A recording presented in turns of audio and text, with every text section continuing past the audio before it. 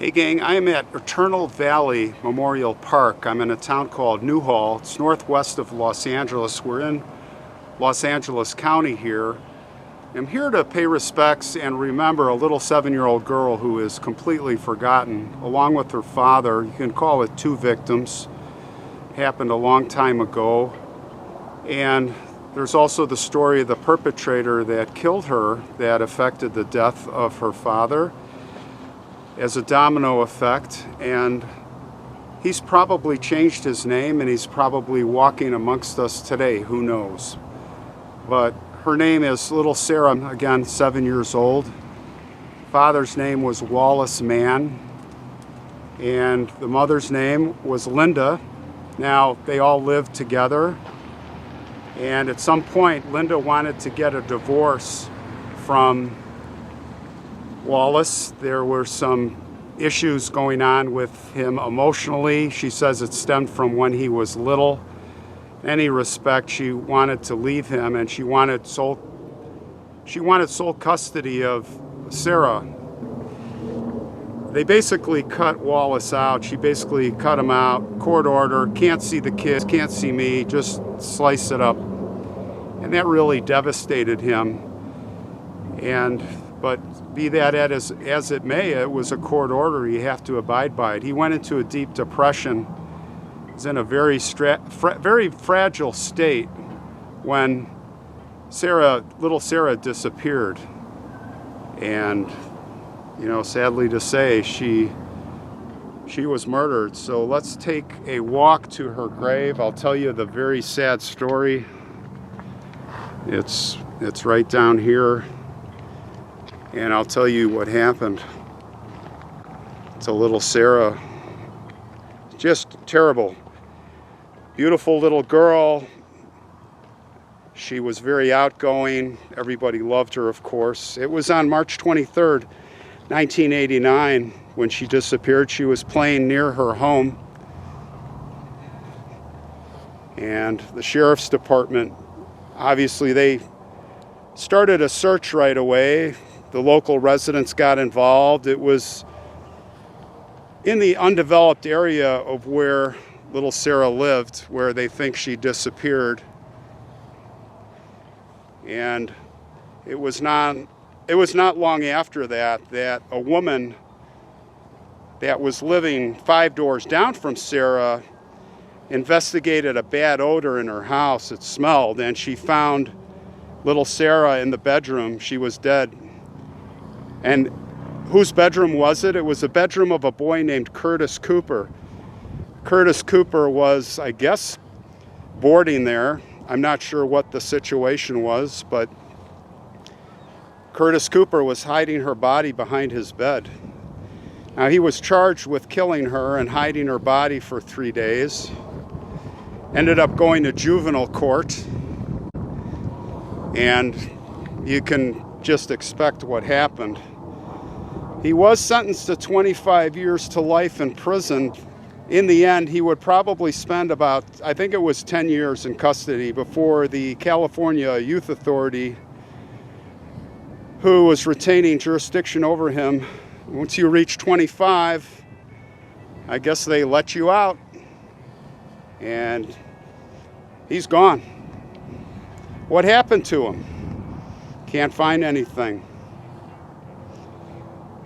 Nearly 100 people came here to attend her funeral, little Sarah, up on the hill here.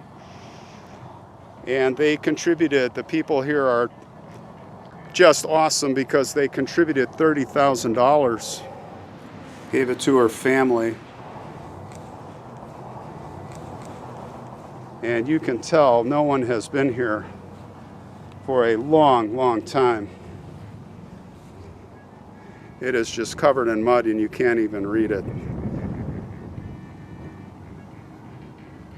I will come back. I am going to clean this up.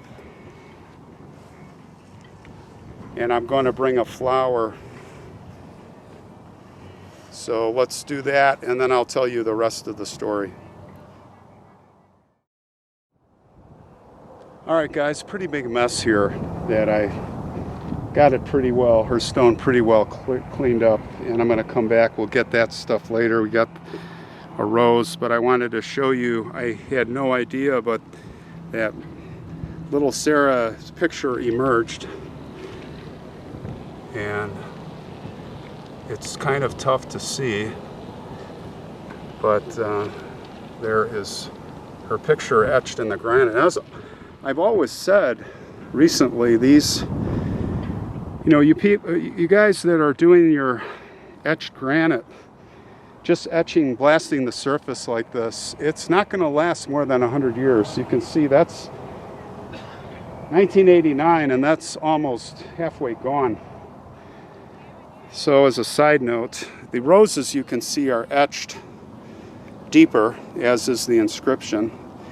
But it says Sarah Ann, December 10th, 1981, March 23rd, 1989. It says, Sary's magic is everlasting, as is our love, Mom and Dad. And the mom has a little smiley face in the O, and Dad has, instead of a heart. Love always, Sissy. And I'll get one more shot. There is a picture I have of her also. And you can't really, it's really hard to see. It's really hard to see the image, but she looked like a beautiful little girl, no doubt. So what I'm going to do is I'm going to set the camera down here at her grave, and I'm going to tell you the rest of the story. Let me see if I can find a level spot here. It's very wet and muddy. The story, unfortunately, does not end there, and it is the father's grief. If you fast forward 4 months later to July 11th, 1989, little Sarah passed away.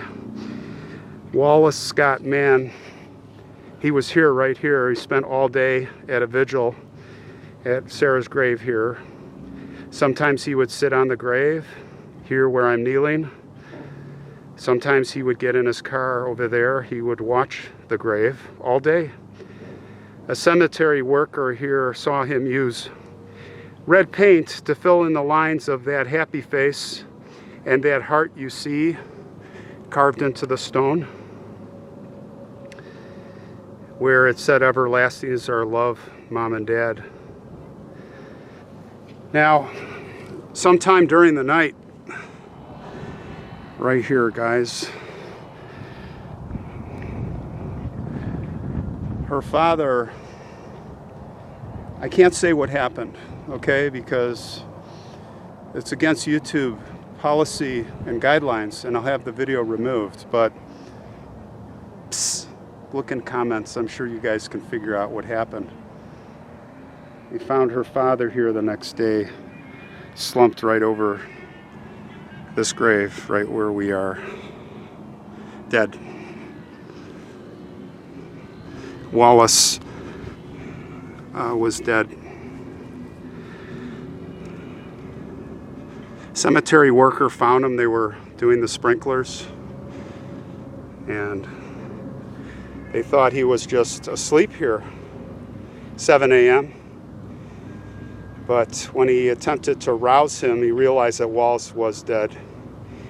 And around the body here were several wilted roses and other flowers, apparently left by previous visitors. And there was a note. There was a note that Wallace had here. It was a note that said he loved his daughter. He loved Sarah.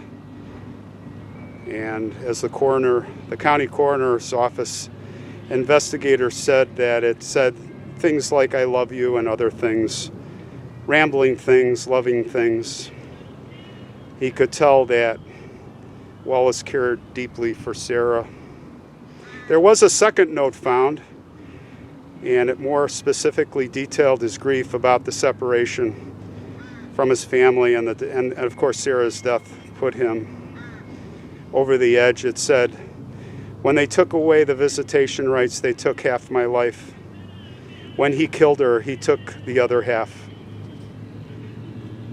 So I wanted to come here to pay respects. Well, rest in peace to Sarah, rest in peace to Wallace. Rest in peace.